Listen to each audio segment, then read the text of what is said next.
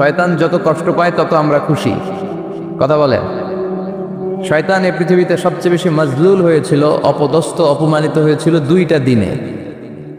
এক হচ্ছে বদরের দিনে সে সবচেয়ে বেশি অপমানিত হয়েছিল। বদরের ময়দানে যখন আকাশ থেকে ফেরেশতা বাহিনী মুসলমানদের সাপোর্ট করার জন্য একে একে নামছিল, তখন শয়তান নিজেকে সবচেয়ে বেশি অপমান বোধ করছিল। আর দ্বিতীয়ত শয়তান সবচেয়ে বেশি লাঞ্ছিত হয় যখন আরাফাতের ময়দানে আল্লাহ তাআলা লক্ষ লক্ষ বান্দাকে ক্ষমার ঘোষণা দেয়। সুবহানাল্লাহ কবেন না? খায়রু আইয়ামিল আরদ, পৃথিবীর সবচাইতে শ্রেষ্ঠ দিন কোন দিন? আরাফার দিন। এই দিনে বান্দা কেঁদে কেঁদে আল্লাহর কাছে নিজের সবগুলো গুনাহ খাতার কথা ঘোষণা দেয় যে আল্লাহ আমি পাপী, আমার চেয়ে বড় পাপী নাই, এই পাপ ওই পাপ আমরা করেছি, একটার পর একটা পাপের ঘোষণা দেয়। আর আল্লাহ এত খুশি হতে থাকে, সব শেষে আরাফার দিনের সূর্য ডোবার আগেই আল্লাহ আরাফার ময়দানের হাজীদেরকে মাফ করার ঘোষণা দিয়ে দেয়। এই দুই দিন শয়তান নিজেকে সবচেয়ে বেশি অপমানিত ফিল করে, অপদস্থ ফিল করে। অনুরূপভাবে 365 দিনের প্রতিদিনই বান্দা যখন আল্লাহর কাছে ক্ষমা চায়, আল্লাহ তখন খুশি হয়ে যায়। সুবহানাল্লাহ পড়েন। আর শয়তান নারাজ হয়ে যায়। আমাদের মিশন হচ্ছে আমরা আল্লাহরে খুশি করতে চাই, আর শয়তানের বিরুদ্ধে আমাদের অবস্থান। চিল্লায় বলেন ঠিক কিনা? এজন্য সবসময় প্রশংসা করব কার? শুকর গুজার হব আল্লাহর জন্য, ঠিক কিনা? বিশ্বনবী বলতেন আল্লাহুম্মা জাআলনি সাবুরা ওয়া জাআলনি শাকুরা ওয়া জাআলনি ফি আইনি সাগীরা ওয়া ফি আ'য়ুনিন নাসি কাবীরা। হে আল্লাহ, আপনি আমাদের ধৈর্যশীল বানান। আমাদের ধৈর্য নাই, অল্পে আমরা অস্থির। আছে না নাই? এই দেশের মানুষ খুব বেশি অস্থির, বাংলাদেশের মানুষ খুব বেশি অস্থির। আমি পৃথিবীর অনেক দেশে ঘুরেছি, সেখানে দেখেছি মানুষজন খুব ধীরস্থিরভাবে কাজ করতে পছন্দ করে। সুপার শপে যদি কিনতে যায়, they maintain the queue in super shop. Super শপে লম্বা লাইন, সবাই যে ওখানে ভদ্রভাবে দাঁড়ায়, একজনের পর একজন যাবে। টিকিট কাটতে যাবে, লম্বা লাইন, একজনের পর একজন দাঁড়ায়, একজন যাবে আরেকজন। তো ওখানে যদি কোনো বাঙালি থাকে তখন দেখা যায় তার অস্থিরতা। কেন সামনে এত লাইন, এত সময় লাগে কেন, আমি কখন পাবো, আমার কি হবে? অস্থিরতা আছে না নেই? মানে সে পারে না সামনে সবাইকে ডিঙ্গিয়ে আগে যে টাকা পে করবে, আগে যে টিকিট কাটবে। এই অস্থিরতা আমাদের কমাইতে হবে, ধৈর্যশীল হতে হবে। গোটা বিশ্বব্যাপী আমাদের এই বাংলাদেশের মানুষের এই বদনাম যে আমরা অস্থির প্রকৃতির, আমরা ঠান্ডা মাথায় ভাবি না। ঠান্ডা মাথায় ভাবতে হবে, ধৈর্যশীল হতে হবে। ইন্নামা সবরু ইনদা সাদামাতিল উলা। বিষ্ণু বলেছেন বিপদের প্রথম ধাক্কায় যে সবর ধারণ করতে পারে সেই তো সবুর। এজন্য বিশ্বনবী দোয়া করতেন আল্লাহুম্মা জাআলনি সাবুরা, আল্লাহ আপনি আমাকে ধৈর্যশীল বানান। ও জাআলনি শাকুরা, আপনি আমার শুকর গুজার বান্দা বানান। বিশ্বনবীর চেয়ে ধৈর্যশীল, বিশ্বনবীর চেয়ে শুকর গুজার পৃথিবীর কেউ আছে? নাই। কথা বলেন। এমন তাবৎ কোনো অত্যাচার নাই যে অত্যাচার বিশ্বনবীর উপর করা হয় নাই।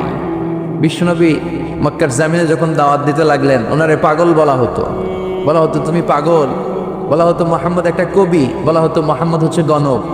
বিশ্বনবী যখন রুকু দিতেন, সিজদায় চলে যেতেন, উটের পচা নারী ভুড়ি এনে বিশ্বনবীর কাঁধে ফেলে রাখা হতো। বিশ্বনবীর গলার মধ্যে রশি ধরে টান দেয়া হতো। কয়েকবার বিশ্বনবীর এই ঘাড়ের এই চামড়া ছিঁড়ে গিয়েছে, একবার চাদর টান দেওয়ার কারণে, আরেকবার রশি টান দেওয়ার কারণে। বিশ্বনবী কিছুই বলেন নাই, ক্ষমা করে দিয়েছেন। যেই মক্কার শত্রুরা বিশ্বনবীকে মক্কা থেকে বিতাড়িত করেছেন, এবং যেই রাতে উনি হিজরত করলেন, মাইগ্রেট করলেন, উনি কেঁদে কেঁদে বারবার মক্কার দিকে ফিরে তাকায়, আবার যায়, আবার ফিরে তাকায়, মাতৃভূমির মায়া ছাড়তে পারছেন না। আর বলছিলেন মক্কা তো আহাব্বুল বিলাদ ইলাইয়া, মক্কা আমার কাছে সবচেয়ে প্রিয় শহর। লাউলা উখরিজতু লামা খরাজতু মিনহা, আমার যদি বের করে না দেয়া হতো এই শহর থেকে, আমি কোনোদিন এই শহর থেকে বেরোতাম না। এত ভালোবাসতেন বিশ্বনবী মক্কাতুল মুকাররমাকে। ধৈর্যশীল ছিলেন।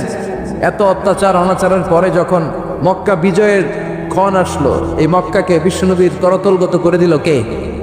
ফাতহে মক্কা হলো। বিশ্বনবী চাইলে পিষে পিষে প্রতিটা কাফের মুশরিককে শেষ করে দিতে পারতেন, ঠিক কিনা?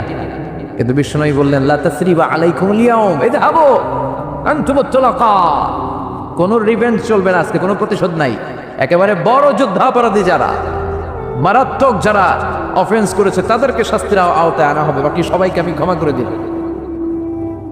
In the long history of the world, there is no instance of magnanimity and forgiveness which was showed by our beloved Prophet Muhammad when all of his enemies laid under his feet and he forgave them one and all.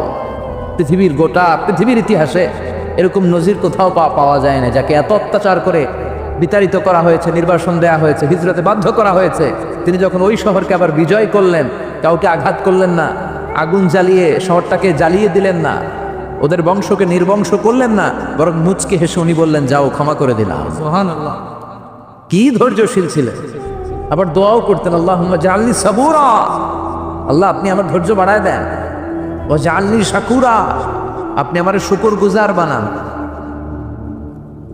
ও জাআলনি ফি আইনি সাগীরা, আল্লাহ আমার চোখে আপনি আমারে ছোট বানান, ও ফি আয়ুনিন নাসি কাবীরা, আল্লাহ মানুষের চোখে আপনি আমারে বড় বানান।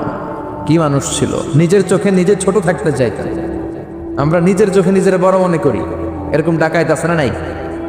নিজেরাই নিজে মনে করে কত বড় সাহেব, লাট সাহেব।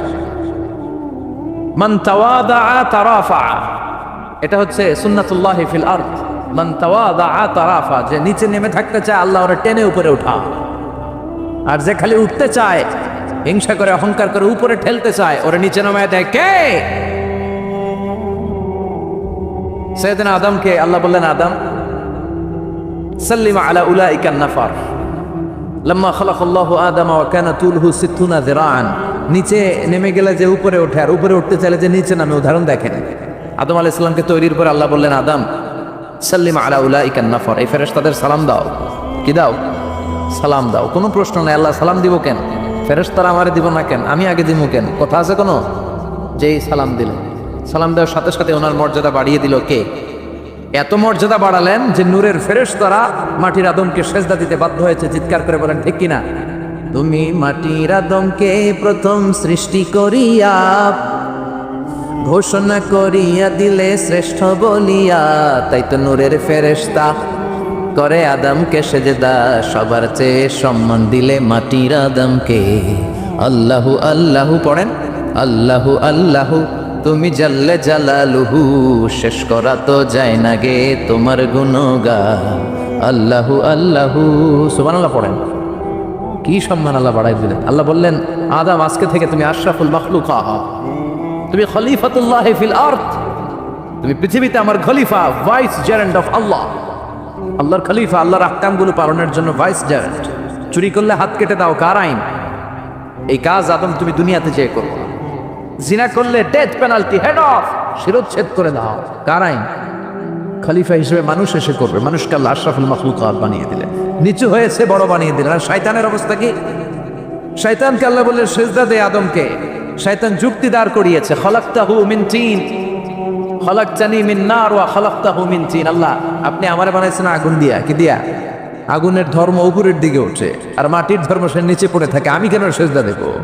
শয়তানকে চিরকালের জন্য ইবলিস মালউন, অভিশপ্ত আর জাহান্নামী হিসাবে ঘোষণা দিয়ে দিল কে? এজন্য আপনি ছোট থাকতে চাইবেন, আপনার বড় বানাবে কে? আর আপনি নিজে যদি বলেন আমি বড়, থাপ্পড় মেরে আপনারা নিচে নামাই দিবে কে? এজন্য বিশ্বনবী দোয়ায় বলতেন, আল্লাহুম্মা জাআলনি সাবুরা ওয়াজআলনি শাকুরা ওয়াজআলনি ফি আইনি সাগীরা ওয়া ফি আয়ুনিন নাসি কাবীরা। ও আল্লাহ, আপনি আমারে ধৈর্যশীল বানান, আপনি আমারে শুকরগুজার বান্দা বানান, আমার চোখে আমারে আপনি ছোট বানান, মানুষের চোখে আপনি আমারে বড় বানান। সুবহানাল্লাহ পড়েন। এজন্য সবসময় শুকরগুজার থাকার চেষ্টা করতে হবে। রাজি আছেন তো? যে কোনো মুহূর্তে, যে কোনো পরিস্থিতিতে আমরা শুকরিয়া করব কার? চিল্লায় বলেন কার? আমরা যেন বেশি বেশি আল্লাহ তাআলার শুকরিয়া আদায় করতে পারি। আল্লাহ তুমি তৌফিক দাও। সবাই পড়ি আমিন। উত্তর চান্দোলা হিলফুল ফুজুল ইসলামী সংগঠনের উদ্যোগে আজকের এই তাফসীরুল কোরআনের প্রোগ্রাম। হিলফুল ফুজুল নামটা আমার বড্ড প্রিয়। বিশ্বনবী যখন 15 কিংবা 20 বয়স, কোনো বর্ণনায় এসেছে 15, কোনো বর্ণনায় 20, তখন তিনি একটা ছাত্র সংগঠন করেছিলেন, ইয়াং স্টারদের একটা অর্গানাইজেশন করেছিলেন। ওটার নাম তিনি দিয়েছিলেন হালাফুল ফুদুল। হালাফুল ফুদুল, ওইটারই আমরা বাংলায় কি বলি? হিলফুল ফুজুল। হালাফ মানে শপথ, oath. We take an oath in the name of Allah. আল্লাহর নামে শপথ নেয়ারে বলে হালাফ। আর ফাদিলা, ফাদলুন, এগুলোর প্লুরাল হচ্ছে ফুদুল। ফুদুল মানে ভালো কাজ। ভালো ভালো কাজের উপর বিশ্বনবী যুবকদেরকে একত্রিত করলেন যে মক্কা শহরে কোনো টেন্ডারবাজি চলবে না, কোনো চাঁদাবাজি চলবে না, দুর্বলের উপর সবলের অত্যাচার চলবে না।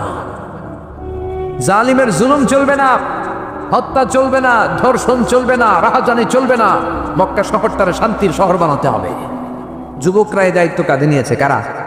মুরব্বীরা না, যুবকরা। যুবকদের আছে প্রাণ ঢালা উচ্ছ্বাস, অনেক শক্তি। এজন্য যুবকদেরকে ভালো কাজে আসতে হবে। যুবকরা চাইলে দেশের চেহারা পাল্টে দিতে পারে। এদেশে যুবক ভোটার আছে কয়জন জানেন? নতুন করে যুবক ভোটার হয়েছে 2 কোটি। কয় কোটি? 2 কোটি না? Can you imagine that? কল্পনা করতে পারেন? They can change Bangladesh, they can change the face of Bangladesh. তারা 56,000 বর্গমাইলের এই বাংলাদেশের চেহারা পাল্টে দিতে পারে। তাদের অনেক শক্তি। এই জন্য যুবকদের এই শক্তি কাজে লাগাতে হবে। ফেন্সিডিল, গাঁজা, ইয়াবা, হিন্দি সিনেমা এগুলোর পিছনে দৌড়ানো যাবে, পর্নোগ্রাফির পিছনে ছোটা যাবে। যুবক বয়সে ভয় করতে হবে কারে? চিল্লায় বলেন কাকে? আল্লাহ আমার যুবক ভাইদেরকে তুমি তৌফিক দাও। বিশ্বনবী হালাফুল ফুদুল তিনি গঠন করলেন মক্কাতুল মুকাররমাতে। পুরো মক্কা শহরটা শান্তির শহর হয়ে গেল। সুবহানাল্লাহ। আল্লাহ উত্তর চন্দরা হিলফুল ফুজুল ইসলামী সংগঠনকে তুমি কবুল করো। আজকের প্রোগ্রামের সভাপতিত্ব করছেন আল্লামা অধ্যক্ষ গোলাম সরোয়ার সাইদি পীর সাহেব আড়াইবাড়ি দরবার।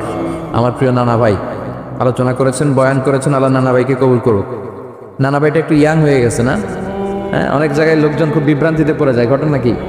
আপনি নানা হইলেন কবে, নাতনি হইল কবে, আবার জামাই বললেন কবে। তো আমারও বলে যে তুমি যে আমার নানা ভাই বানাইছো, আমি তো এর উত্তর দিতে দিতে কাম সারা। তো আল্লাহ নানা ভাইকে তুমি কবুল করো। তিনি হকের কথা, কোরআনের কথা বলেন। পীর সাহেবদের মুখে এরকম হুঙ্কার দেখা যায় না। কথা কন। এরা থাকে খানকায়, এদের পেট থাকে বড়। সবার কথা বলছি না, বেশিরভাগ কথা বলেন।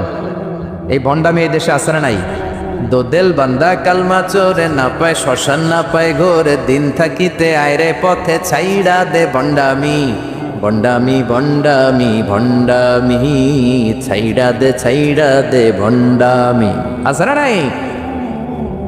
নামাজ কালাম পড়ে না, ইবলিশ শয়তানের নানা। আছে না? নামাজ নাই, রোজা নাই, নাচানাচি, নাচ গান, গোসল করে না, সারা বছরে করে একবার, ওই গোসলের পানি মুরিদরা খায় ফেলায়। আছে না নাই? নামাজ রোজা করে না, ইবলিশ শয়তানের নানা, ধর্মের একখান খুঁটি ধইরা কয়দিন করবা হয়রানি, ভণ্ডামি ভণ্ডামি ভণ্ডামি, ছাইড়া দে ভণ্ডামি। ঠিক কি না?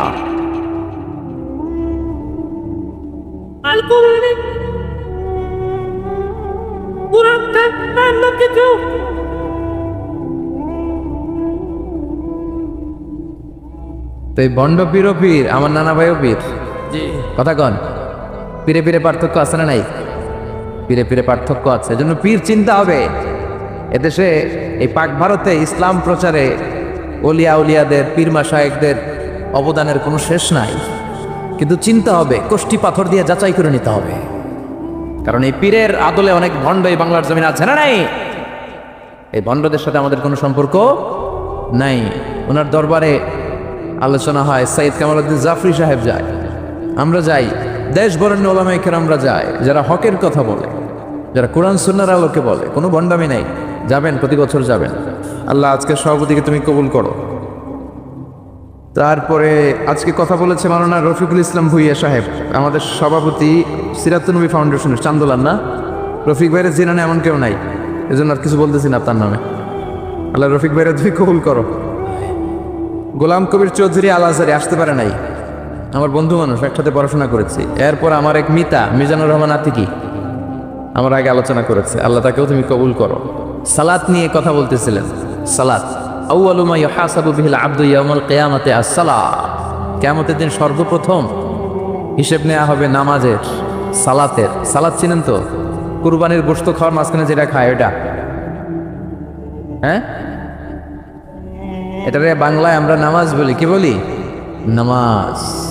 বিশ্বনবী ইন্তেকাল করবেন, রুহু বের হয়ে যাচ্ছে, 2-3টা শব্দ বললেন, এর মধ্যে একটা ছিল সালাত। আর সালাত, উম্মতেরা নামাজ, নামাজ, নামাজ ছেড়ে দিও না। ওয়া মালাকাত আইমানুহুম। মানুষ ইন্তেকালের আগে শ্বাস বের হয়ে যাচ্ছে, রুহু চলে যাচ্ছে, ওই মুহূর্তে কি জরুরি কথা বলে নাকি ফালতু কথা বলে? সবচেয়ে জরুরি কথাটাই তখন সে বলে যায়, ঠিক কিনা? কথা বলেন। বিষ্ণু বলেছিলেন নামাজ। ওমরে ফারুক ওনার কাছে আবু লুলু আল মাজুসি এক অগ্নি উপাসক এসে বিচার দিল, ইয়া ওমর আল ফারুক, আমার মনিবের নাম হচ্ছে মুগীরা ইবনে শুবা, সে প্রতিদিন 4 দিরহাম করে আমার কাছে চার্জ করে। এত টাকা চার্জ করে কেন? উনি জিজ্ঞেস করলেন, তুমি কি কাম পারো? আমি খঞ্জর বানাইতে পারি। খঞ্জর চিনেন? ছোট্ট ছুরি, আরবরা পকেটে রাখে। ওমানের সুলতান কাবুসের ছবি দেখবেন, এখানে একটা খঞ্জর আছে। আমি খঞ্জর বানাইতে পারি। খঞ্জর বানাতে পারো? মদিনায় তো কেউ বানাতে পারে না, তুমি খঞ্জর বানাইতে পারো? তুমি তো অনেক টাকার মানুষ মিয়া, তোমার মনিব তো অল্প টাকায় চার্জ করছে, সেটা দিতেই হবে। আবু লুলু কয়, ওমর তুমি সবার জন্য এত নরম, আমার জন্য গরম, তোমার আমি বুঝাবো। সে বাড়িতে যে একটা খঞ্জর বানালো, মাকবাদা তুহুফি ওসাতিন, যে খঞ্জরের হ্যান্ডেল হচ্ছে মাঝখানে, 2 দিকে ধারালো ছুরি, এটা ধার দেয়। আর কয়, ওমর তোরে আমি বুঝাবো। প্রতিদিন ধার দেয়। সাইয়েদনা ওমরে ফারুক মসজিদে নববীর ইমাম, ওয়াকানু ইউসাল্লুনা বিখালাস, তখন ওনারা অন্ধকারে নামাজ পড়তেন আউয়াল ওয়াক্তে। আমরা তো দেরি করে পড়ি, সুন্নাহ অনুযায়ী আগে আগে পড়া ভালো। আপনি মসজিদুল হারামে গেলে দেখবেন যে কত আগে ফজর পড়ে, ফজরের 1-1.5 ঘন্টা পরে সূর্য ওঠে, ঠিক কিনা? তো সে একবার ছদ্মবেশে ফজরের সময় প্রথম কাতারে যে হাজির, আসলে কিন্তু মাজুসি, সূর্যের পূজা করে। খঞ্জরটা নিয়ে এসে দাঁড়ালেন। ওমরে ফারুক ফজরের সময় ঢুকলেন, বললেন আকিমিস সালাহ, একামত দাও। একামত দেয়া হলো। ওমরে ফারুক আল্লাহু আকবার বলে অন্ধকারে ফজরের সালাত শুরু করলেন। প্রথম রাকাত যখন পড়ে ফেললেন, রুকুতে যাবে, ইন দ্য মিন টাইম সে খঞ্জর বের করে ওমরে ফারুককে 3টা স্টেবিং করেছে। একটা নাভিতে মারার সাথে সাথে নাভিটা কেটে গেল, আর একটা এই পাশে পাজরে, আর একটা পেটের মাঝখানে, পেটও কেটে গেল। ওমরে ফারুক বললেন, কাতালানি আল কালব, এক কুকুর আমারে মেরে ফেলেছে। ওমরে ফারুককে পিছনে নিয়ে যাওয়া হলো। আব্দুর রহমান ইবনে আউফকে টেনে ইমামতির জায়গায় নেওয়া হলো। আর সে কাতারের মাঝখান দিয়ে খঞ্জর ঘুরাতে ঘুরাতে আঘাতে লাগলো। ওর খঞ্জরের আঘাতে 7 থেকে 8 জন সাহাবী স্পট ডেথ, জায়গায় শেষ। ওমরে ফারুক বেহুশ। ওমরে ফারুক, ওনার মুখে দুধ দেয়, দুধ ওই নাভি দিয়ে বের হয়ে যায়। নাভিজ দেয়, নাভিজ পেট দিয়ে বের হয়ে যায়। রাষ্ট্রীয় চিকিৎসকরা বুঝতে পারলো উনি আর বাঁচবে না, বেহুশ। সবাই দাঁড়িয়ে আছে। কি হয় আমাদের আমিরুল মুমিনিনের? 10টি বছর তিনি অর্ধ পৃথিবীর শাসন করেছেন, উনার ভয়ে বাঘে মহিষে এক ঘাটে পানি খেত। হুশ ফেরার পরে ওমরে ফারুক বলেন, আমারে মারছে কে? আমার কি অবস্থা, বাঁচবো কিনা? আমার ছেলে আব্দুল্লাহ কোথায়? আব্দুর রহমান কোথায়? আমার বিবিরা কোথায়? কত সম্পদ আমার আছে, কোথায় গেলে ভালো চিকিৎসা পাওয়া যাবে? কিচ্ছু সে বলে না। হুশ ফিরার পরে ওমরে ফারুকের প্রথম প্রশ্নটা ছিল, আসল্লান্নাস, আসল্লান্নাস, আমার দায়িত্বে, আমার নেতৃত্বে যে ফজরের একটা নামাজ শুরু হয়েছিল, এটা কি ঠিক মতো শেষ হয়েছিল? আসল্লান্নাস, মানুষরা নামাজটা পড়ছিল, 1 রাকাতের দায়িত্ব পালন করতে পেরেছে, এরপর হুশ নাই। বাকি 1 রাকাতের কি হয়েছে? মুসল্লিদের কি হয়েছে? সালাতটা ওয়াক্তমতো হয়েছে কিনা? আসল্লান্নাস, এটা ছিল ওমরে ফারুকের প্রশ্ন। সুবহানাল্লাহ কইবেন না? তাহলে এই সালাতের গুরুত্ব আছে না নাই? সর্বপ্রথম এই সালাতের ব্যাপারে in the day of judgement আমাদেরকে প্রশ্ন করবে কে? সালাত কায়েম করো, সালাত কায়েম করো, হবে সম্মানী তুমি, হবে জান্নাতি তুমি, হবে সম্মানী তুমি, হবে জান্নাতি তুমি, দিবে কাল হাসরে শীতল ছায়া হারশে আজিম, রব্বিয়াল আলা, রব্বিয়াল আযীম, রব্বিয়াল আলা, রব্বিয়াল আযীম। সুবহানাল্লাহ পড়েন। এই জন্য নামাজ, এই নামাজ যাতে মিস হয়ে না যায়। সব মিস হতে পারে, নামাজ মিস হতে পারে না। আল্লাহ তুমি বুঝার তৌফিক দান করো। আমি আপনাদের খেদমতে সূরাতু আত-তাহরীম থেকে ছোট্ট একটি আয়াতের অংশ তেলাওয়াত করেছি, যেখানে আল্লাহ তাআলা আমাদেরকে আহ্বান জানিয়েছে, ওহে বিশ্বাসীরা, পাপ হতে পারে, ভুল হতে পারে, অন্যায় হতে পারে, ওই অন্যায়ের উপর অটল থেকো না, আমার কাছে ফিরে আসো।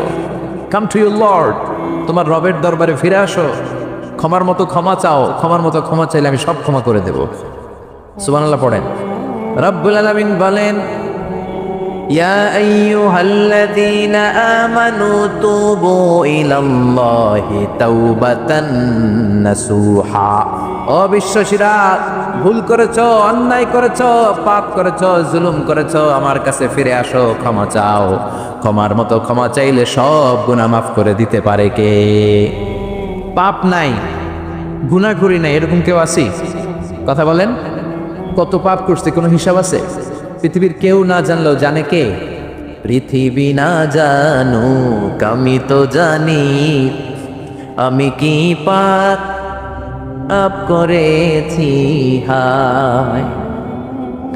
আমার পাপের করলে বিচার, বাঁচার আমার নাই উপায়। দয়াময় প্রভু মাফ করো আমায়, মাফ করো আমায়। পড়েন আমিন। আমাদের পাপগুলো ক্ষমা করে কে? চিল্লায় বলেন কে? আল্লাহ ডেকে বলে, গোলাম আমি হলাম গাফিরুজ যামব কাবিলুত তাওব। আমার কাজ হলো ক্ষমা করা, আমার কাজ হলো তওবা কবুল করা। শয়তানের কাজ হলো ওয়াসওয়াসা দেওয়া, আমাদেরকে ভুল পথে নিয়ে যাওয়া। আর আমাদের কাজ হলো ভুল করে ফেলা, আল্লাহর কাজ হলো ভুলগুলো মাফ করে দেয়া। আল্লাহ ডেকে বলে, গোলাম তোরা যদি ভুল না করতি, তোরা যদি পাপ না করতি, তোরা যদি অন্যায় না করতি, তোদেরকে ধ্বংস করে দিয়ে এমন একটা জাতি আমি এই দুনিয়ার বুকে তৈরি করতাম যারা সকালবেলা ভুল করে দুপুরে মাফ চাইতো, দুপুরে ভুল করে রাত্রে মাফ চাইতো, আজকে ভুল করে আগামীকাল মাফ চাইতো। আর আমি আল্লাহ গুনাহগুলো তাদের সব ক্ষমা করে দিতাম। ক্ষমা করে দিতে আল্লাহর বড্ড ভালো লাগে। বান্দা আল্লাহর কাছে বারবার চাক, চোখের পানি ছাড়ুক, এটা আল্লাহ পছন্দ করে। চোখের পানির যে কত পাওয়ার আপনি কল্পনাই করতে পারবেন না। অনুশোচনার চোখের পানি চোখ বেয়ে নাকের ডগা পেয়ে জমিনে পড়ার আগেই আল্লাহ এই বান্দারে মাফ করে দেয়। বিশ্বনবী ডেকে বলে, ও আমার উম্মতেরা শোনো, আল্লাহর কাছে দুনিয়ার মানুষদের দুই ফোঁটা পানি সবচেয়ে প্রিয়। এক হলো জিহাদের ময়দানে রক্তের ফোঁটা, দুই হলো অনুতপ্ত বান্দার চোখের পানির ফোঁটা। কত ভুল আপনি করেছেন, কত অন্যায় আপনি করেছেন, কত পাপ আপনার হয়েছে, কত মিথ্যা আপনি বলেছেন, কয় ওয়াক্ত নামাজ ছেড়েছেন, কয় লাখ টাকা ঘুষ খেয়েছেন, কত যৌতুক আপনি খেয়েছেন, কত মিথ্যা আপনি বলেছেন। আপনার পাপ যত বড় হোক, যত বিশাল হোক, যত বেশি হোক, আল্লাহর দয়ার পরিসীমা তার চাইতেও বড়। আপনার পাপ, আপনার অন্যায়, আপনার জুলুমগুলো যদি হয় খালের পানির সমান, বিলের পানির সমান, আল্লাহর দয়া সাগরের পানির সমান। আপনার পাপ যদি হয় সাগরের পানির সমান, আল্লাহর দয়া মহাসাগরের পানির সমান। আপনার পাপ আর অন্যায় যদি হয় পাহাড়ের সমান, আল্লাহর দয়া আকাশের সমান। আপনার পাপ যদি হয় আকাশের সমান, আল্লাহর দয়া আরশের সমান। এজন্য আল্লাহ বললেন, ইয়া আইয়ুহাল্লাযীনা আমানু তুবু ইলাল্লাহি তাওবাতান নাসুহা। ও আমার গোলাম, তুই তোর নিজেরে যত বেশি ভালোবাসিস তার চেয়েও আমি তোরে বেশি ভালোবাসি। তোর বাবা মা তোরে যত বেশি ভালোবাসে তার চেয়েও আমাদেরকে বেশি ভালোবাসে কে? আল্লাহ বললেন, ভালোবাসারে তৈরি করার পরে আমি 100 টুকরা করলাম। চিল্লায় বলেন কয় টুকরা? 99 টুকরা ভালোবাসা আমি আল্লাহ নিজের মধ্যে রেখে দিলাম। 1 টুকরা ভালোবাসা গোটা বিশ্বের সবার মধ্যে আমি ভাগ করে দিলাম। 1 টুকরা ভালোবাসা পেয়ে আমাদের অবস্থা দেখছেন? আল্লাহ যদি 1 টুকরা না দিয়ে আমাকে 30 টুকরা দিত, কথা কন। 1 টুকরা না দিয়ে 80 টুকরা দিলে কি হইতো? কথা কয় না। 14 ফেব্রুয়ারি কবে? আজকে কত ফেব্রুয়ারি? আর কয়দিন? কথা কন। বিশ্ব ভালোবাসা, বিশ্ব নির্লজ্জ দিবস, বিশ্ব বেহায়াপনার দিবস, বিশ্ব অশ্লীলতার দিবস, নারীদের গণভাবে ধর্ষিত হবার দিবস। এই দিবসের সাথে মুসলমানদের কোনো সম্পর্ক? বাবা যারা এসেছেন সাবধান, ওই দিন মেয়েদেরকে ঘর থেকে বের হতে দেওয়া যাবে না। ভাই যারা এসেছে বোনদেরকে সামনে রাখো, ওই দিন ঘর থেকে বের হতে দেওয়া যাবে না। যেই মাদের বোনদের কানে আমার মাইকের আওয়াজ যায়, খবরদার, ওই দিনটা যেন কোরআন তেলাওয়াত আর আল্লাহর জিকির করতে করতে কাটে, তা না হলে সব শেষ। ওই দিন যারাই উল্টাপাল্টা করবে, ওই মেয়েগুলো ওদের বদ হজম হবে, হজম করতে পারবে না, কয়েকদিন পরে বমি বমি ভাব হবে। কথা কন, কথা কন। এজন্য খবরদার, কোন মুসলমান ঘরের মেয়ে, কোন মুসলমান ঘরের ছেলে 14ই ফেব্রুয়ারি এই ওয়ার্ল্ড ভ্যালেন্টাইন দিবস পালন করতে পারে। এগুলোর সাথে আমাদের সম্পর্ক নাই। যাদের মধ্যে কোনো ভালোবাসা নাই, মিল মহব্বত নাই, তারা বছরে একটা দিন দেখানোর জন্য পালন করে। আমাদের সারা বছরই তো ভালোবাসা। কথা কন। রাসূল আমার ভালোবাসা, রাসূল আমার আলো আশা, রাসূল আমার প্রেম বিরহের মূল আলোচনা, রাসূল আমার কাজে কর্মের অনুপ্রেরণা। ঠিক কিনা? আমার নবীর জন্য আমার ভালোবাসা আছে না নাই? আমার রবের জন্য আমার ভালোবাসা আছে না নাই? আমার মা বাবার জন্য ভালোবাসা আছে না নাই? সবার জন্য সবার ভালোবাসা আছে না নাই? তা আমগো দিবস লাগবো কেন? আজকেও তো আমগো ভালোবাসা দিবস, কথা কন। যদি এখন দিবস না রজনী, আজকে তো আমাদের চান্দোলাতে ভালোবাসা রজনী, কথা কন। প্রতি মুহূর্তে আমাদের ভালোবাসা, এই জন্য আমাদের ডেট পালন করা লাগে না। আমরা সব সময় সবারই ভালোবাসি, চিল্লায় বলেন ঠিক কিনা? এই জন্য আল্লাহ ডেকে বললেন, গোলাম আমি যে তোদের কত ভালোবাসি তোর ধারণা নাই। চোখের পানি ছাড়, গুনার কথা স্মরণ কর, তওবা কর। তওবার মতো তওবা করলে সব গুনাহ মাফ করে দিতে পারে কে? বিশ্বনবী বলে আমার কোনো গুনাহ নাই, তারপরেও প্রতিদিন 70 বারেরও বেশি আমি তওবা করি। আল্লাহে ইন্নী আস্তাগফিরুল্লাহ ওয়া আতুবু ইলাইহি আকসার মিন 70 মাররা। Could you imagine that? কল্পনা করছেন কোনোদিন যে নবীর গুনাহ নাই, ওই নবী তওবা পড়ে প্রতিদিন 70 বার, আকসার 70 বারেরও বেশি। আমার পড়া দরকার কয়বার? আপনার পড়া দরকার কয়বার? বিশ্বনবী 70 বারের বেশি বললে আমাদের পড়া দরকার কয়বার? আর আমরা প্রতিদিন পড়ি কয়বার? কথা কন। আমাদের ভুল হবে, ভুল হতে সমস্যা নাই, ভুল হয় মানুষের স্বভাব, কিন্তু ভুল হওয়ার পরে ভুলের উপর অটল থাকা যাবে না। শয়তান আর মানুষের মধ্যে এই মৌলিক পার্থক্য। শয়তান ভুল করে ভুলের উপরই আছে, ঠিক কিনা? ক্ষমা চায় নাই, কিন্তু আমরা সকালে ভুল করলে দুপুরে মাপ চাই কার কাছে? 19 সালে ভুল করলে 20 সালে মাপ চাই কার কাছে? মৃত্যুর আগ পর্যন্ত আমরা ক্ষমা চাইলে ক্ষমা করে দিবে কে? সব সময় 24/7 তওবার দরজা খোলা, দুইটা সময় ছাড়া। ভালো করে মনে রাখবেন, মুখস্থ ঠোঁটস্থ যেন থাকে। দুইটা সময় তওবা কবুল হয় না, চিৎকার করে বলেন কয় সময়? এক হলো বাদাল গারগারা, গারগারানি যখন আসে, মালাকুল মাউত যখন চলে আসে, মালাকুল মাউতরে যখন দেখে ফেলবেন তখন তওবা কবুল হবে নাকি? কথা কন। ফেরাউনের নাম শুনছেন? ওরা যখন আল্লাহ লোহিত সাগরে ডুবাইয়া পানি খাওয়াইতে লাগলো, পানি খাইতে খাইতে পেটটা হয়েছে এত বড়, আর পানি খাইতে পারে না। এরপর হাত তুলে কয় আনা মিনাল মুসলিমিন, কোরআনের আয়াত, আনা মিনাল, হাত তুলে কয় আমি মুসলমান। ফেরাউন নাই বলে মুসলমান, আমরা যাবো কই? কথা কহ। ফেরাউন হাত তুলে কয় আনা মিনাল মুসলিমিন। আল্লাহ কয় টাইম ইজ আপ, দেরি করছস, অনেক সময় দিলাম, অনেক সুস্থ রেখেছি, ক্ষমতা দিয়েছি, দাপট দিয়েছি, তখন যদি ঘাটটা নত করে, মাথাটা নত করে একবার ক্ষমা চাইতি, ফেরাউন তোরেও ক্ষমা করে দিতাম। কিন্তু সময় শেষ হওয়ার পরে আমি মুসলমানদের অন্তর্ভুক্ত বললে কোনো লাভ হবে নাকি? আল্লাহ বললো সময় নাই, সময় শেষ। কারণ মুসা আলাইহিস সালামের চাচাতো ভাই অনেক দাওয়াত দিল, জাকাত দে, কারণ জাকাত দিব না, এই সম্পদ আমি কামাইছি, আল্লাহ দেয় নাই।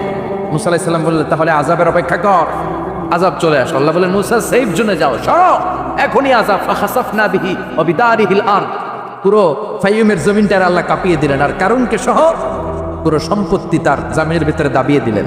হাঁটু পর্যন্ত কারুন দেবে যায়, ভাবছে উঠে যাবে, কোমর পর্যন্ত দেবে যায়, ভাবছে উঠে যাবে, গলা পর্যন্ত যখন দেবে যায় আর সুযোগ নাই। কয় মুসা আমার সব সম্পত্তি তোরে আর তোর আল্লাহরে দিয়া দিলাম, আমারে বাঁচা, আমারে সব সম্পত্তি তোর আর তোর আল্লাহর, আমারে খালি বাঁচা, চাচা আপন প্রাণ।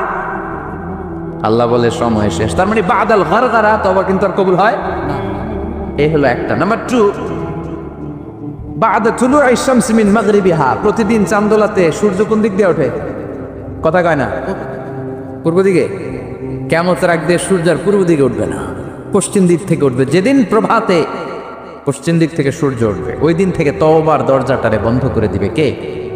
তার আগ মুহূর্ত পর্যন্ত জীবনে যত গুনাহ করেছি, অন্যায় করেছি, চোখের পানি ছেড়ে ক্ষমা চাইলে ক্ষমা করবে কে?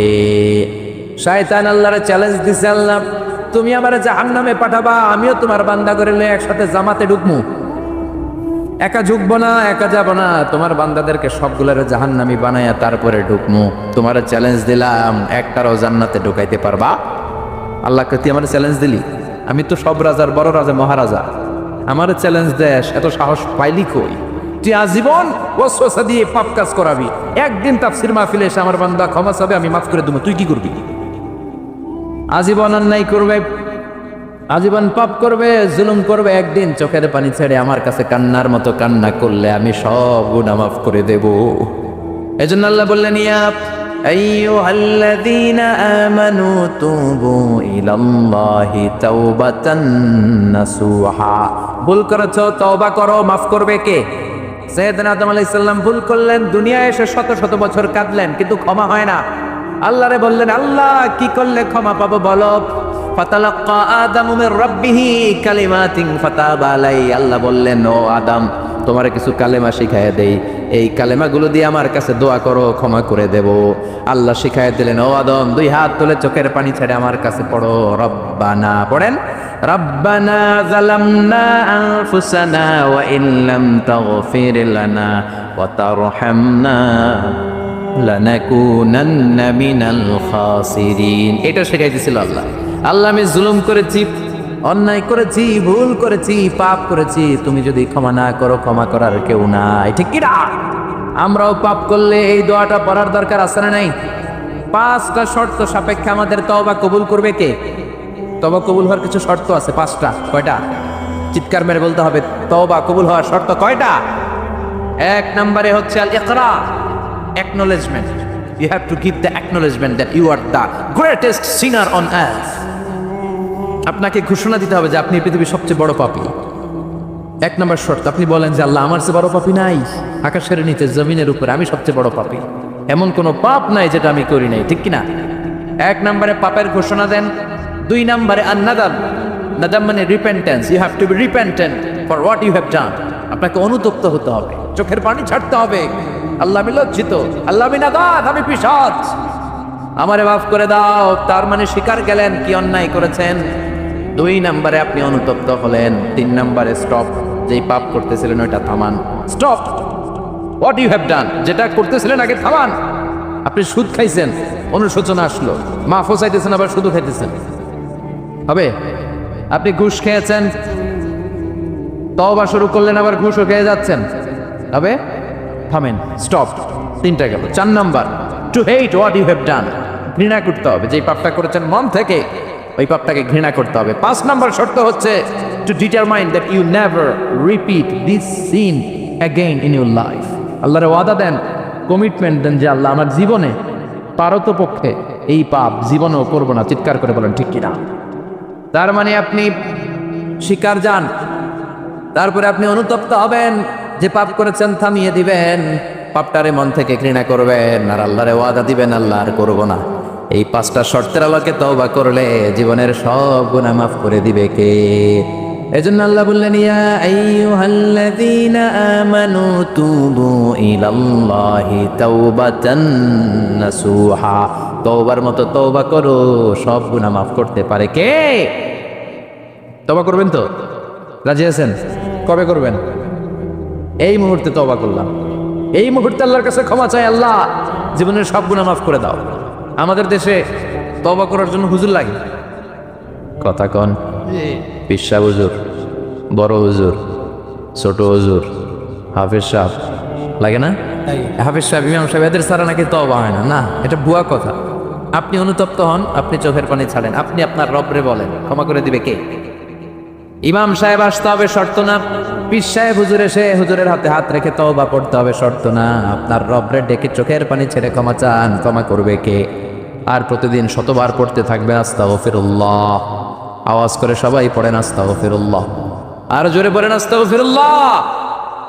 ইসলাম দিয়েছে মাহার, ওয়াহাতুন নিসা সাদকাতিহিন্না নিহলা, সন্তুষ্ট চিত্তে স্ত্রীকে মাহার দাও, সদকাত দিয়ে দাও। শয়তান এসে এই মাহারকে ডিলিট করে ঢুকাইছে যৌতুক, ঠিক কিনা? একটা বর, মুসলিম বর কেমন করে যৌতুক দাবি করে? একটা কন্যা হচ্ছে বাবার জন্য তার কলিজা। আমার 2 মেয়ে আছে, আমি জানি। তো মেয়েকে দিল মানে তো বাবা তার কলিজাটাই ছিঁড়ে দিল। তো আপনি শ্বশুরের কলিজা নিয়ে আসছেন, আর কি চান? যৌতুক খাওয়া এটা ভয়ঙ্কর ধরনের অপরাধ। যৌতুক খাওয়ার চেয়ে কুকুরের গোশত খাওয়া ভালো, কারণ কুকুরের গোশত খেলে একটা গুনাহ, হারাম খাওয়ার গুনাহ, আর যৌতুক খেলে ডবল গুনাহ। একে তো যৌতুক খাওয়া হারাম, হারাম খাওয়ার গুনাহ, 2 হচ্ছে শ্বশুরের উপর জুলুম করার গুনাহ।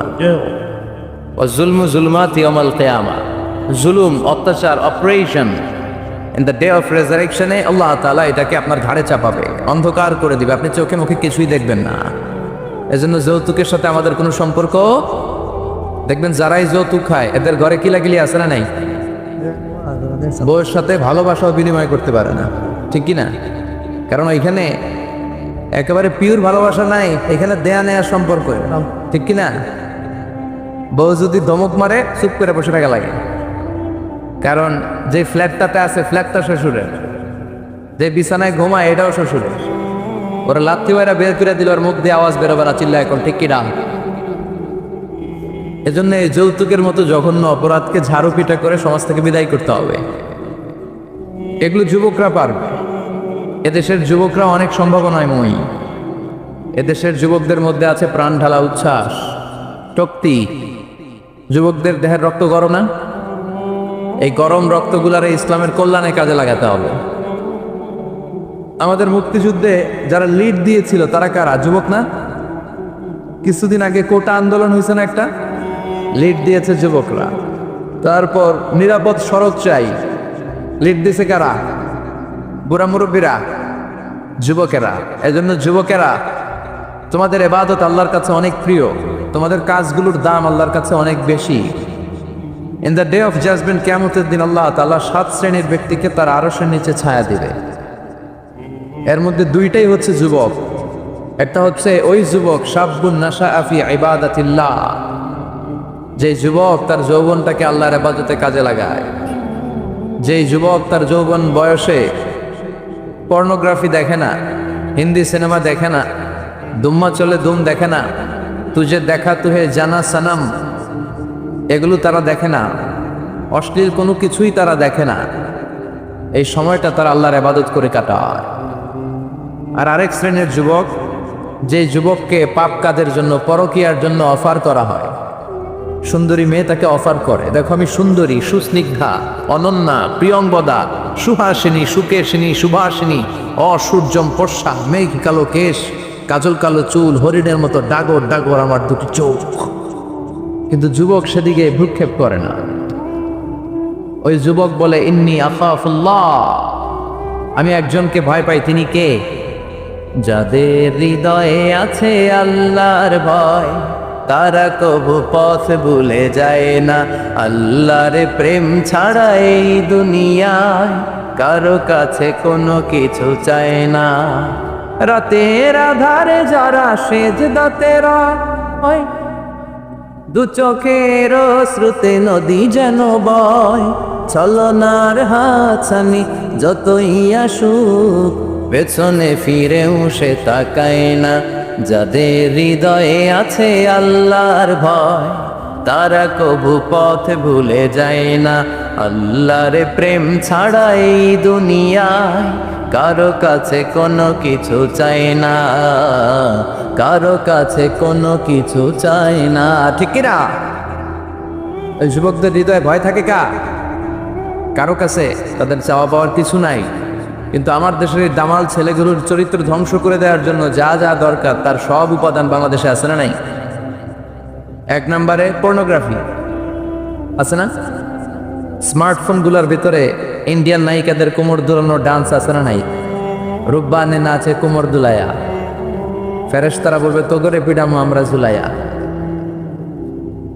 তো যুবক ভাইয়েরা, এগুলো দেখবা না। তোমার চোখের হেফাজত করতে হবে, তোমাকে অনেক দূর যেতে হবে। তোমাকেই খুঁজছে বাংলাদেশ।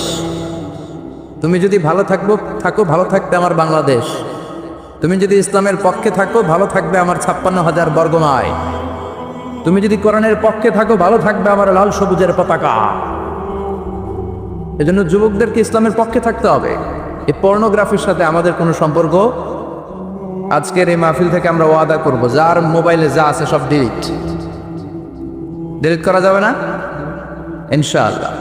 আগে যা করছি, সামনে থেকে আর দেখা যাবে না। এই পর্নোগ্রাফি আমার যুবক ছেলেদেরকে শেষ করে দিয়েছে। এরপরে আর একটা বড় সমস্যা হচ্ছে মাদকের সমস্যা। ইয়াবা, গাঁজা, ফেন্সিডিল, মারিজুয়ানা, এগুলো নোয়াখালীতে নাই। এই ইয়াবা আগে ছিল ইউনিভার্সিটি লেভেলে ছেলেরা খেত, তারপরে নামলো কলেজে, এখন এটা প্রাইমারি স্কুলের ছেলেদের হাতেও পৌঁছে দিয়েছে। ভয়ঙ্কর অবস্থা। প্রশাসনের ভাই যারা আছেন, জনপ্রতিনিধি যারা আছেন, আপনাদেরকে আরো শক্ত হতে হবে। ওদের ঘাঁটি ভেঙে চুরমার করে দিতে হবে। কোনো ইয়াবার ব্যবসা বাংলার জমিনে চলতে পারবে না, জোরে বলো ঠিক কিনা? দরকার শুধু একটা শক্ত সিদ্ধান্ত। The choice is yours. আপনারাই পারেন। যারা চেয়ারম্যান ওনাদের অনেক দায়িত্ব, পুরো এলাকাটা আমার চেয়ারম্যান ভাইয়ের হাতে আমানত, ঠিক কিনা? যিনি ইমাম, মসজিদের সব দায়িত্ব ইমাম সাহেবের কাছে আমানত। যিনি মেম্বার অব দ্য পার্লামেন্ট, ওনার দায়িত্ব আরো বেড়ে যায়। তার পুরো নির্বাচনী এলাকাটা তার কাঁধের উপরে আমানত। যারা মন্ত্রী, পুরো মন্ত্রণালয়ের কাজবাজ তার হাতে আমানত। যিনি এই 17 কোটি মানুষের প্রধানমন্ত্রী, তার কাছে পুরো বাংলাদেশটা আমানত।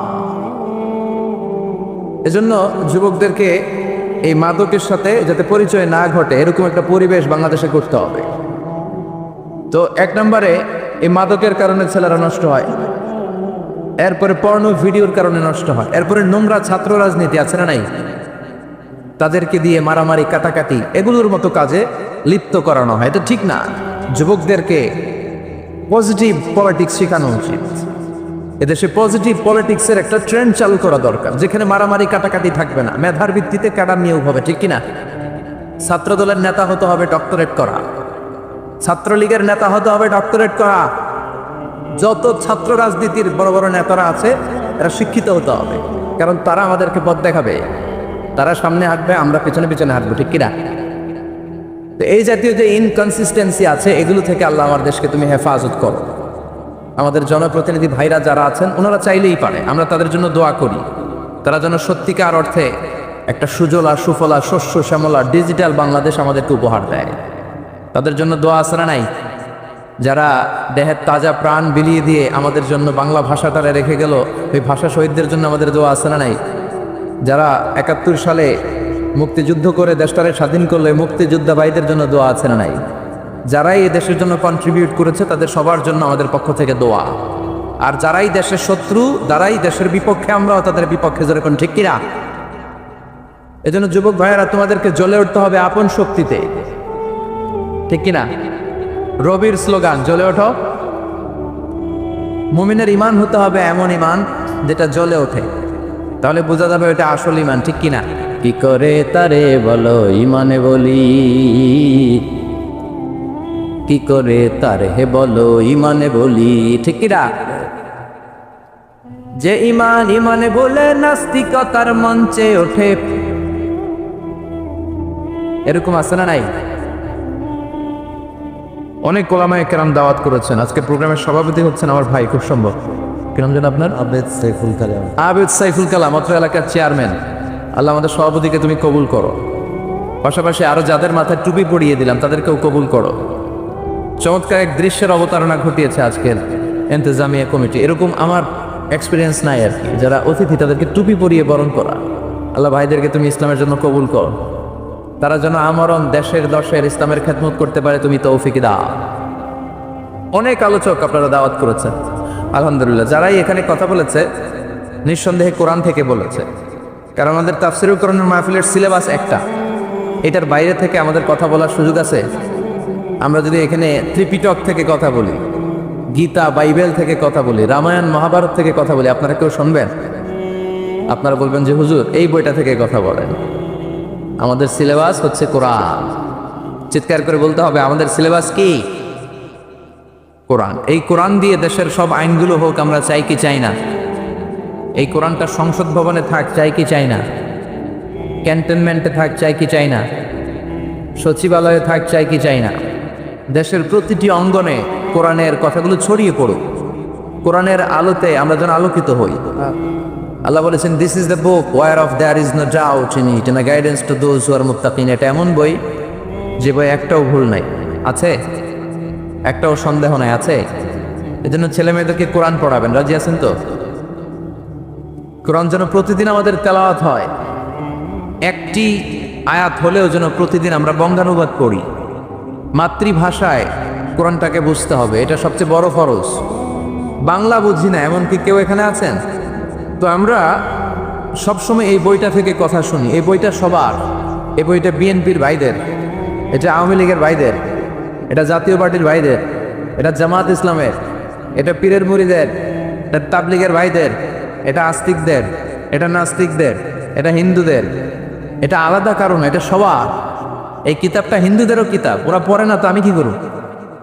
ইসলাম এটা কি কুক্ষিগত আমার বাপের ধর্ম? সবার ধর্ম, সবার। ওরা মানে না, তো আমি কি করব? বিশ্বনবী উনি সবার নবী। বিশ্বনবী শুধু আমাদের নবী? উনি হিন্দুদেরও নবী, উনি বৌদ্ধদেরও নবী, উনি অগ্নি উপাসকদেরও নবী, উনি নারীদের নবী, উনি পুরুষদের নবী, উনি আরবদের নবী, উনি অনারবদের নবী, উনি বিশ্বনবী। উনি বিশ্বনবী সবার জন্য এসেছেন, as a father, as a husband, as a lawgiver, as a lawmaker, as a reformer of the society, as a commander, as a messenger. Muhammad is the superman of the world. স্বামী হিসেবে, বাবা হিসেবে, নেতা হিসেবে, সমাজ সংস্কারক হিসেবে, আইন প্রণেতা হিসেবে, সর্বোপরি একজন নবী হিসেবে মুহাম্মদ সাল্লাল্লাহু আলাইহি ওয়াসাল্লাম গোটা বিশ্বের মানুষের কাছে সুপারম্যান।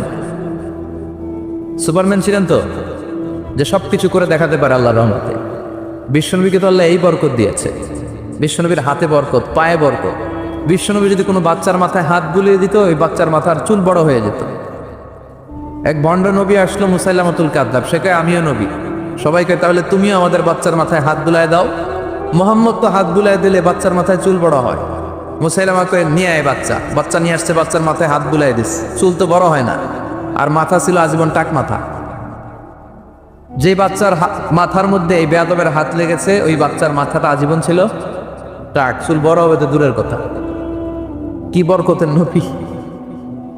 অনেক সাহাবী এসে বলছেন, ইয়া রাসূলুল্লাহ, আমাদের কুয়ার মধ্যে পানি নাই, কি করব? বিশ্বনবী যে কুলি করে কুলির পানি কুয়াতে ফেলেছে, মুহূর্তের মধ্যে পাম্প মেশিন দিয়ে পানি উঠালে যেমনি পানি উঠতে থাকে, পুরো কুয়ার পানি উঠছে, উপরে ওভারফ্লো হতে শুরু করেছে। অনেক জায়গায় কুয়ার পানি লবণাক্ত, সাহাবারা খেতে পারে না।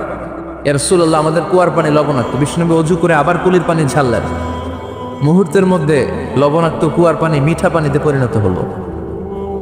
যেখানে হাত দিয়েছেন ওখানেই বরকত আছে না নাই? এজন্য বিশ্বনবীর সুন্নাহ আছে, যেখানে আমরা আছি আসলে আমরা সরাসরি কোরআনের দিকে যাই, কারণ এই কিতাবে অনেক বরকত। আমি আমার খুতবার শুরুতে আল কোরআন আল কারীমের 29তম পারার একটি সূরা, সূরাতুল ইনসান, এই সূরার একটি আয়াত তেলাওয়াত করেছি। এই সূরার আলোকে আজকে এই চমৎকার রজনীতে আমরা কিছু কথা শুনবো ইনশাআল্লাহ। পড়েন। এখন যেমনি আপনারা চুপচাপ, শেষ পর্যন্ত চুপচাপ থাকবেন তো, নাকি ওঠা বসা করবেন না? তাহলে আদব নষ্ট হবে। আদব নাই তো কিচ্ছু নাই, আদব আছে তো সব আছে, ঠিক না? সূরার নাম হচ্ছে সূরাতুল ইনসান। সবাই বলেন সূরার নাম, আরো জোরে বলেন ইনসান। 29তম পারায় অবস্থিত। কোন পারায়? 31টা আয়াত। কয় আয়াত? এই সূরাটা মাক্কি সূরা। কি সূরা? বিশ্বনবীর জীবনে দুইটা পর্ব, একটা মাক্কি পর্ব আর একটা মাদানী পর্ব। হিজরতের আগে যে সূরা নাজিল হয়েছে এগুলো মাক্কি, হিজরতের পরে যা নাজিল হয়েছে এগুলো মাদানী। এটা বিশ্বনবীর হিজরতের আগে নাজিল হওয়ার সূরাগুলোর অন্তর্ভুক্ত, ঠিক কি না? ঠিক এতটুকু কথাবার্তা ক্লিয়ার না? এবার আসুন সামনে যাই। সূরাতুল ইনসানই শুধু সূরাতুল ইনসানের নাম নয়, এছাড়াও এ সূরার আরেকটা নাম আছে, সে নামটা হচ্ছে সূরাতুদ দাহার। হাফেজ আছো কারা কারা? দেখি হাত তোলো। অনেক আছে, মাশাআল্লাহ মাশাআল্লাহ। তো কিছু কিছু কোরআনে এই সূরাটার নাম লেখা থাকে সূরাতুল ইনসান, কিছু কিছু জায়গায় লেখা থাকে সূরাতুদ দাহার, হিনুম মিনাত দাহার। যেহেতু প্রথম আয়াতে দাহারের কথা আছে, আবার হাল আতা আলাল ইনসান, ইনসানের কথাও আছে। এজন্য কোন নুসখাতে এই সূরার নাম সূরাতুল ইনসান, আবার কোন নুসখায় এই সূরার নাম সূরাতুল আদ-দাহার। এই সূরাটা বুখারীর বর্ণনায়, বুখারী সহিহ বুখারীতে এসেছে যে বিশ্বনবী সাল্লাল্লাহু আলাইহি ওয়াসাল্লাম জুমার দিন ফজরের নামাজের যে ফরজ 2 রাকাত, এই ফরজ 2 রাকাতের দ্বিতীয় রাকাতে এই সূরাটা বিশ্বনবী পড়তেন। প্রথম রাকাতে সূরাতুস সাজদা পড়তেন, আলিফ লাম মিম তানজিলুল কিতাব লা রাইবা ফিহি মির রাব্বিল আলামিন। প্রথম রাকাতে সূরাতুস সাজদা, আর দ্বিতীয় রাকাতে পড়তেন সূরাতুল ইনসান। সুবহানাল্লাহ পড়েন। ইনসান শব্দের অর্থ হচ্ছে মানুষ। ইনসান মানে কি? সবাই বলেন, আপনারা কি? আমরা কি? আমরা মানুষ। তো মানুষের নামে আল্লাহ কোরআনে সূরা দিলেন, এজন্য জিনেরা মাইন্ড করার সুযোগ নেই। জিনদের নামেও সূরা আছে। কি নাম? সূরাতুল জিন। মানুষ হচ্ছে কোরআনের সেন্ট্রাল থিম, কেন্দ্রীয় আলোচ্য বিষয়। খুব ভালো করে খরগোশের মতো কানটা খাড়া করে শুনবে। মানুষ হচ্ছে কোরআনের কেন্দ্রীয় আলোচ্য বিষয়, central theme of the holy Quran. Subject matter, central subject matter of the holy Quran. কোরআনের কেন্দ্রীয় আলোচ্য বিষয় হচ্ছে কি? কথা বলেন। মানুষ। মানুষকে নিয়ে কোরআনে যত কথা, মানুষকে নিয়ে যত আয়োজন, সব কিছু মানুষকে নিয়ে। এজন্য মানুষই হচ্ছে কোরআনের কেন্দ্রীয় আলোচ্য বিষয়। চিল্লায় পড়েন আল্লাহু আকবার। আবার আল্লাহ বললেন, গোলাম, এই কোরআনের প্রথম সূরার নাম ফাতিহা, দ্বিতীয় সূরার নাম হলো আল বাকারা। বাকারা শব্দের অর্থ হলো গাভী। আর এই কোরআনের সর্বশেষ সূরার নাম হলো সূরাতুন নাস। নাস মানেও মানুষ। আল্লাহ বুঝাতে চাইলেন, কোরআন শুরু করেছি প্রাণীর নামে একটা সূরা দিয়ে, আর এই কোরআনটারে শেষ করেছি মানুষের নামে একটা সূরা দিয়ে। তার মানে এই কোরআনটা যদি ভালোভাবে হৃদয়ঙ্গম করতে পারো, তোমাদের মধ্যে পশুত্বের যে প্রবৃত্তি আছে, পশুত্ব দূর হয়ে তুমি মানুষের মতো মানুষ হয়ে যাবা। কোরআন করলে আপনার মধ্যে পশুত্ব থাকবে না, আপনি মানুষ হবেন, মানুষের মতো মানুষ। কিসের মতো? এই পৃথিবীতে মানুষ হওয়া সবচেয়ে কঠিন, মানুষের বড় অভাব। অনেকে বলবেন, কি বললেন হুজুর, পৃথিবীতে প্রায় 600 কোটি মানুষ আর আপনি কোন মানুষের অভাব? আসলে 600 কোটি যা দেখা যায় এগুলো মানুষ না, এগুলো জনসংখ্যা। এজন্য বলা হয় বাড়ছে জনসংখ্যা, কমছে মানুষ। বাড়ছে কি কমছে কি? মানুষ সব মানুষ হতে পারে নাই, মানুষ হওয়া বড় কঠিন। এই কোরআন এসেছে মানুষের মতো মানুষ বানাতে। গরুর পেট থেকে যদি কিছু বের হয় আমরা ওইটার বলি গরু। ছাগলের পেট থেকে বেরোলেই ওটা ছাগল হয়ে যায়, কিন্তু মানুষের পেট থেকে বেরোলেই ওটা মানুষ হয় না, ওটার মানুষ বানাইতে হয়, ওটারে মানুষ করতে হয়, তাই না? আবার ছাগলকে কেউ কোনোদিন বলে না তুই ছাগলের মতো ছাগল হ, গরুকে কেউ কোনোদিন বলছে তুই গরুর মতন গরু হ, কিন্তু মানুষকে বলা হয় তুই মানুষের মতো মানুষ হ। কোরআন এসেছে আমাদেরকে মানুষের মতো মানুষ বানাতে, ঠিক কি না? এই দুনিয়া এখন তো আর সেই দুনিয়া নাই, মানুষ নামের মানুষ আছে দুনিয়া বোঝাই, সেই মানুষের ভিড়ে আমার আসল মানুষ নাই, ঠিক কি না? আসল মানুষের বড় অভাব।